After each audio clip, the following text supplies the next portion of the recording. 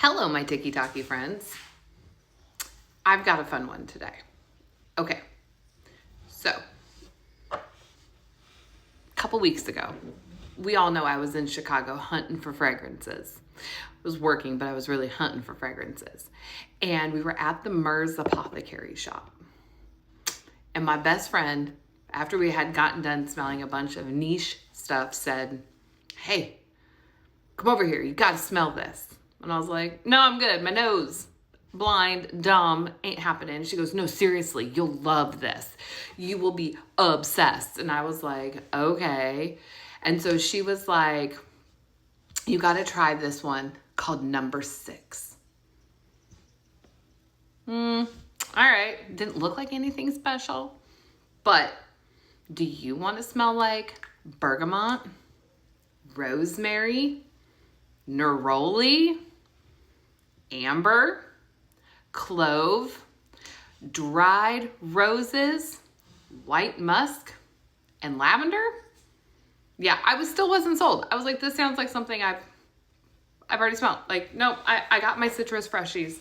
And the lady behind the counter was like, "Girl, smell it." And I was like, all right, fine. I smelt it. And I was like, what is this? Okay, so let me tell you. I went on a journey. It is Caswell Massey. It is George Washington. Yeah, George Washington. My ass wants to smell like George Washington. This is the first perfumer house in the United States. The Number 6 was first bottled in 1772, and it was the official fragrance of George Washington. Now, I was shook. I was pretty shook because in my mind, given the time, George Washington shouldn't have smelled like the best summer freshie you could ever imagine. He should have smelled like rose water, powder, things that would make me go, maybe Delina, and I'm not a fan of Delina. Sorry if you are, but I'm not. But no, this man, Mr. President himself, summer freshie, the best. Guys, when I tell you, I'm obsessed. I'm like,